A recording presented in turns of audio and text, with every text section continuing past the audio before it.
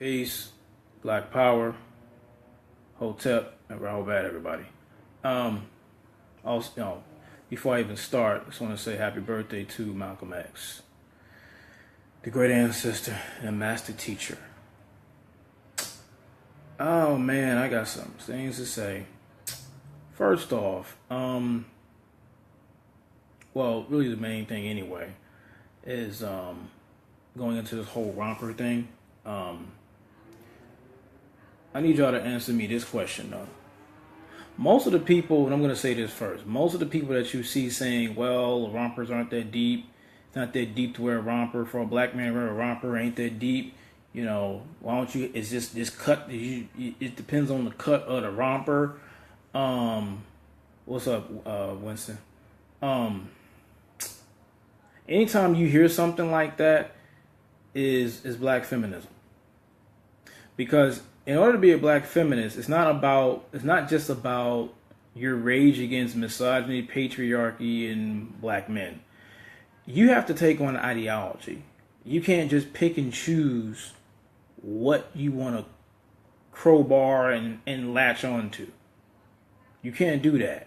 You can't join a group and say, well, I'm going to join a group, but I'm not going to take on the ideology. 9 times out of 10, a person is going to take on that ideology. When you join a group, you will take on the ideology in some form. So you have to understand that you have to believe in that. That means that, according to feminism, that masculinity is a social construct.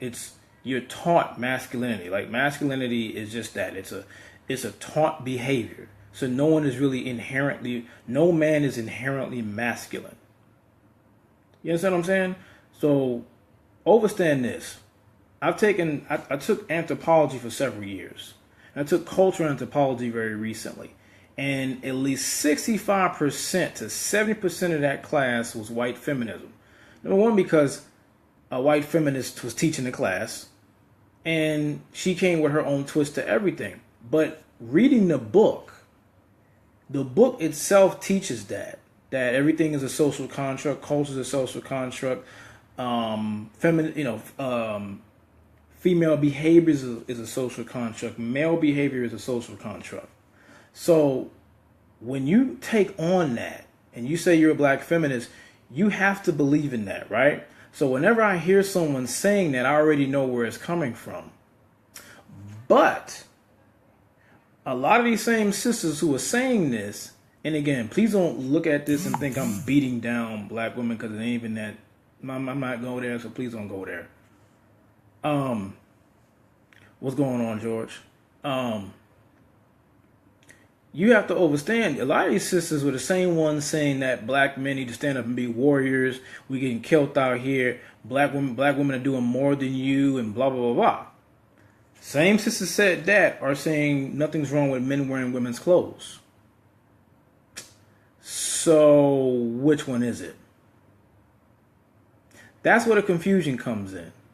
Because you're either doing two things, because I can see what you're doing and you think you're slick when you do it. There's several sisters I've seen do this recently, even in public. It's like the best way to win an argument is to say what black men are not doing. When it's supposed to be both of our fight. If we're both victims of white supremacy and we're trying to fight racism and white supremacy, then how is it just me, a black man? I don't understand that. I don't get it.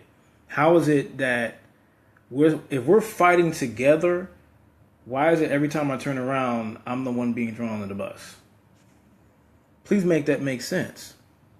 See, here's the thing. Yeah, black feminism is mental retardation. That's what Christopher Charles Hitchens has said. That's exactly what it is, because a black feminist is a walking mass of contradictions. Because on one end, black male masculinity is a social construct. On the other end, you're not masculine enough to protect me and my family. Where are y'all? We doing more than you are. You niggas are weak.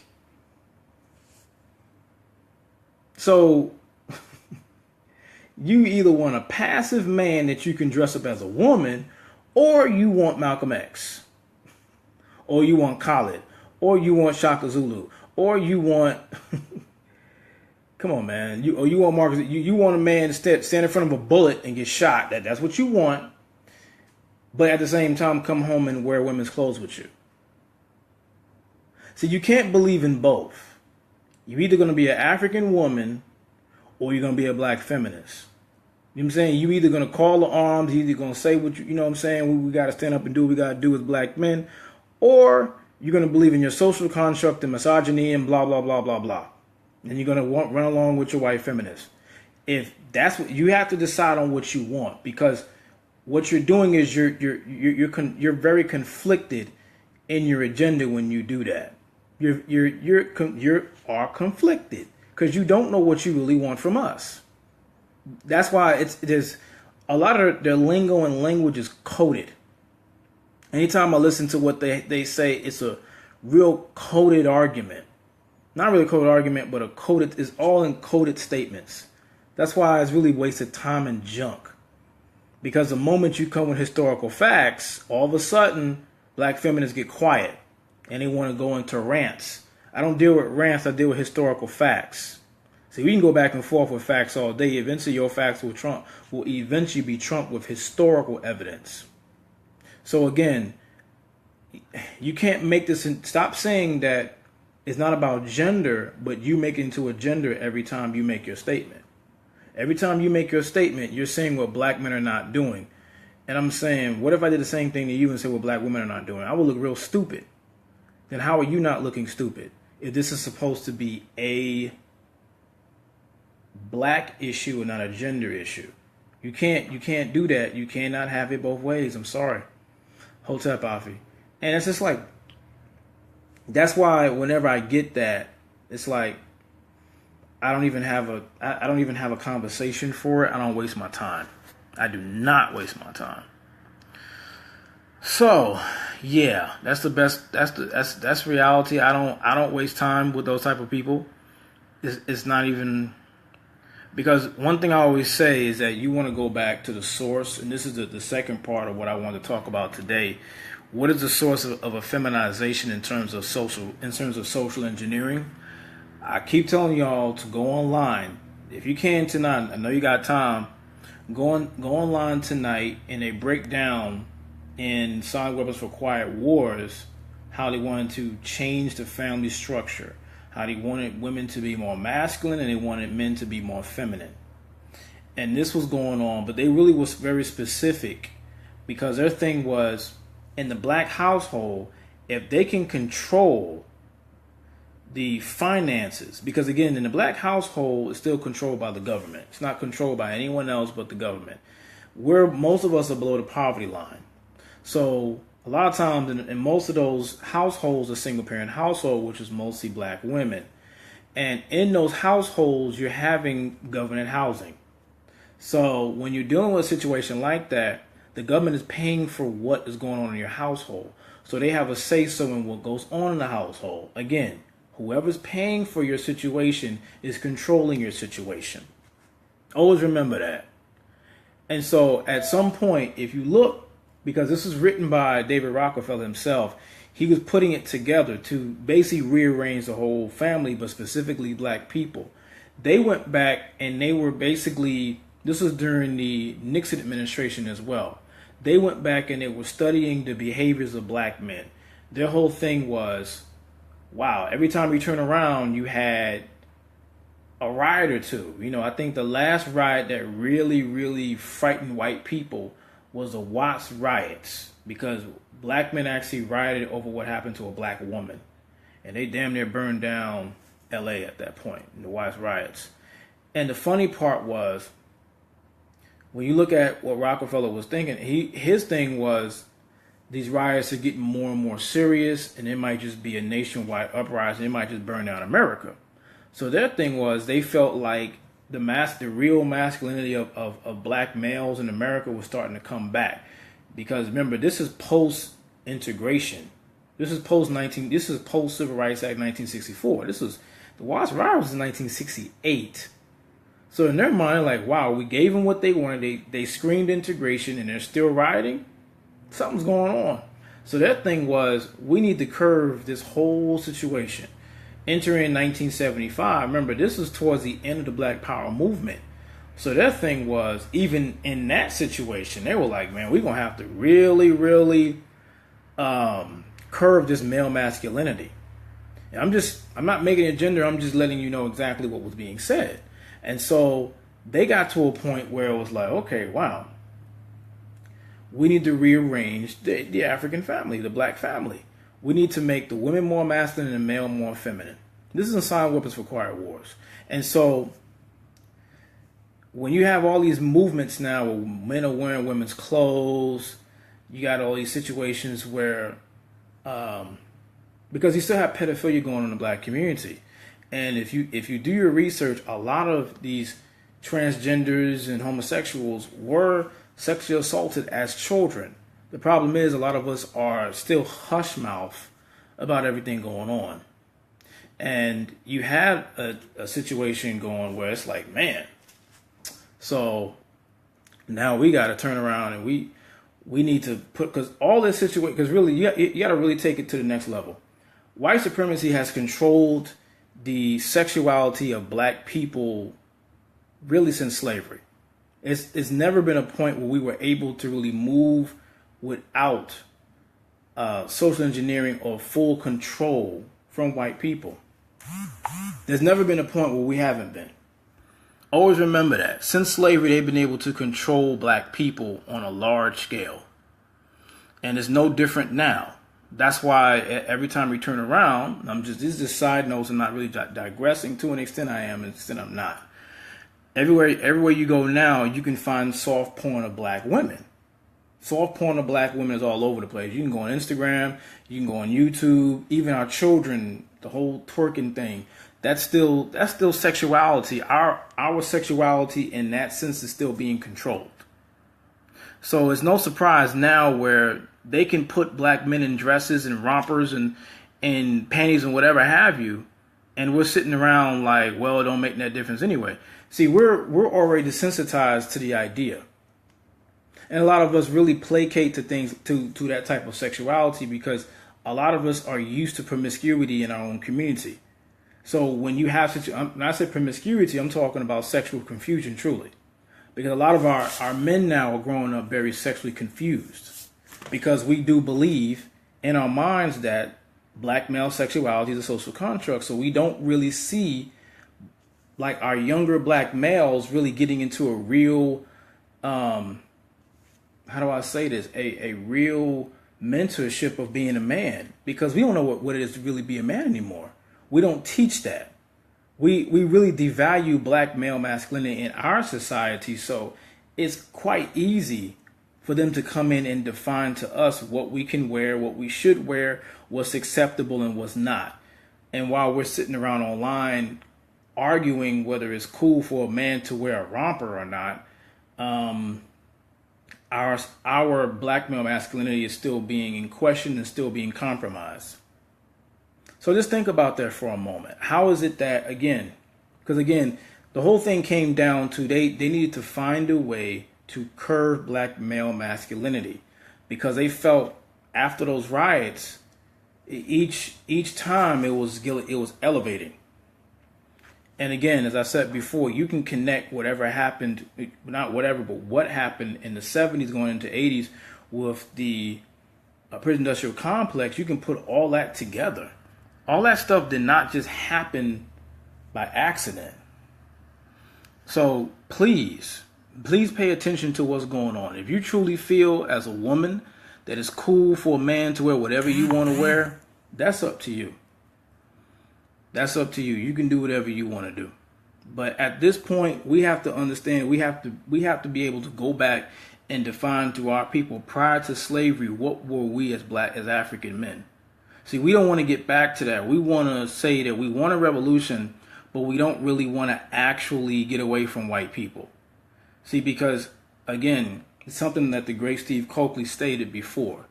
We were allowed to basically go from slavery to the barn house, which is integration. We were never really allowed as black people to really roam free in society. So when I talk about black male masculinity being compromised, it's It's never been not controlled. And black female sexuality has always been controlled. Since the Ma'afa period, and Ma'afa is still going on to this day, there's never been a point in time where we were not being controlled in any form. That's why the first lesson you learn, really, even the beginning of the ISIS papers towards the end of the ISIS papers, is turn the television off. You know what I'm saying? The thing is, we're complaining about Love and Hip Hop, but we watch Love and Hip Hop. You complain about Basketball Wives, you complain about all this shit, but you look at them. So in a way, subconsciously, you believe that that's you. And you're okay with black women disrespecting themselves on television to get some money. See, that's why the thing is, don't, and this is something that my brother Marcel sent to me earlier about this sister talking about the rompers. She was like, what's the point of getting mad about it? Y'all ain't saying anything about the skinny jeans. Skinny jeans are supposed to be for women. So if you didn't really, there was no real outcry from black people because you've been desensitized to homosexuality. So you can't sit up there and say nothing wrong with homosexuality, but then you sit there in outrage when you find out that in slavery there was buck breaking going on. So you can't be sitting around and say, yeah, there was buck breaking our men, and then you flip it and turn around and say homosexuality is normal. See, and if you co-sign that, then you should co-sign transsexuality and all types of gender bending situations in the black community that's going on to this day. Co-sign everything, but don't pick and choose what you want to co-sign. See, we're at war, and we're sitting around here online playing around and being confused about everything. Because the thing is, we want to still have a nice cubicle in white supremacy, but we just want white people to leave us alone. No, they can't leave us. They can't leave you alone. They can't legally put you outright on a boat and send you somewhere and enslave you. But they're going to do whatever they can to completely control every part of your life. See, when we sit up here and say rompers is not that deep, ain't that deep. So what you're saying is it's not that deep for a black man because they're promoting it to black people to wear women's clothes. So as a black woman, ask yourself, are you okay with your black man wearing women's clothes? And are you attracted to that? If you're not attracted to it, then why are you sitting online saying it's not a big deal? So here's my thing. I don't deal with gender. Whatever I say, I'm gonna say it. You don't have to like it, you can love it or hate it, but it's real. There's too much co-signing going on. His brothers do the same shit too. They don't know what they want to believe in. And a lot of them just want to say what they want to say just to co-sign with sisters. So that's their way of hopefully getting liked, but not speaking the truth about it. Again, this is something I always say to people. About really 20 years ago, black people were not saying these things that they're saying right now where it don't really matter. All of a sudden, social engineering and 20 years later, now you're allowing anything in your house to where you don't know what's going on in society. When we talked about pedophilia and Pizzagate, and you sitting around confused because you don't know what Pizzagate really is. And a lot of these brothers and sisters have children that have no idea what Pizzagate is, that it's still going on to this day. So we got to stop thinking everything is a distraction. Black male masculinity is not a distraction. It's how you produce your children. African women are naturally attracted to black male masculinity, that are in control, that are, I don't want to say control, but are protectors and providers. And not walking around in women's clothes. Let's stop playing games with each other. That's the thing. We come online and we get the fingers, but when it's time to actually have a real conversation, a real conversation about what's going on in the feminization, we get quiet.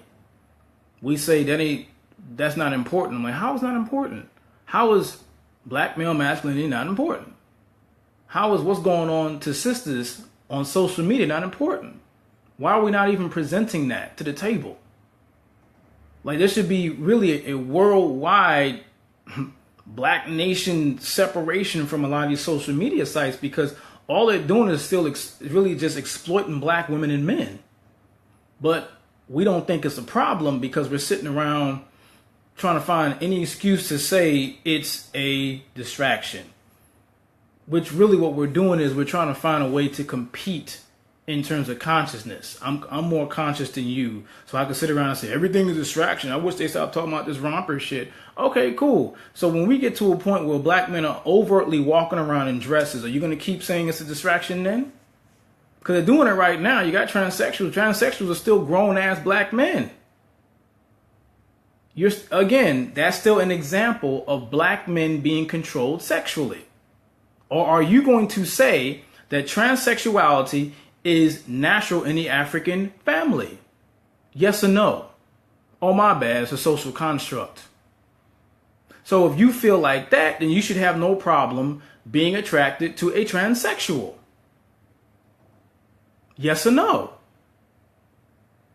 Because you, again, as I stated before, you cannot have it both ways.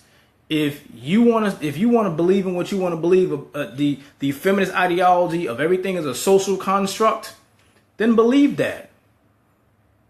But don't sit up here and point the finger in black men's faces about what we're not doing when you believe that what I am is a social construct anyway. So Shaka Zulu is a social construct then. So Malcolm X was a social construct. These men, Marcus Garvey or whatever have you, Khalid Muhammad, these men were necessary. We are at war. These men are casualties of war. That's when you push an African man to the brink. These are the results of what you get. That's exactly what that is. And that wasn't a social construct. So we need to stop playing around and keep saying everything is a distraction. That's supposed to give you your one up over the person that's saying, oh, this is serious. Dr. Welsing talked about this for years, and Walter Baruti is still talking about it to this day. So at what point are we going to take back who we are as people? You can't take back who you are as people and still look at what's on television, because our people are compromised in every form. We either marginalized or our sexuality is being profited on. Which one is it going to be? I'm asking y'all the question. So yeah, ain't nobody got nothing they wanted to say. I'm just going to shut it down for today. Hold tight, family.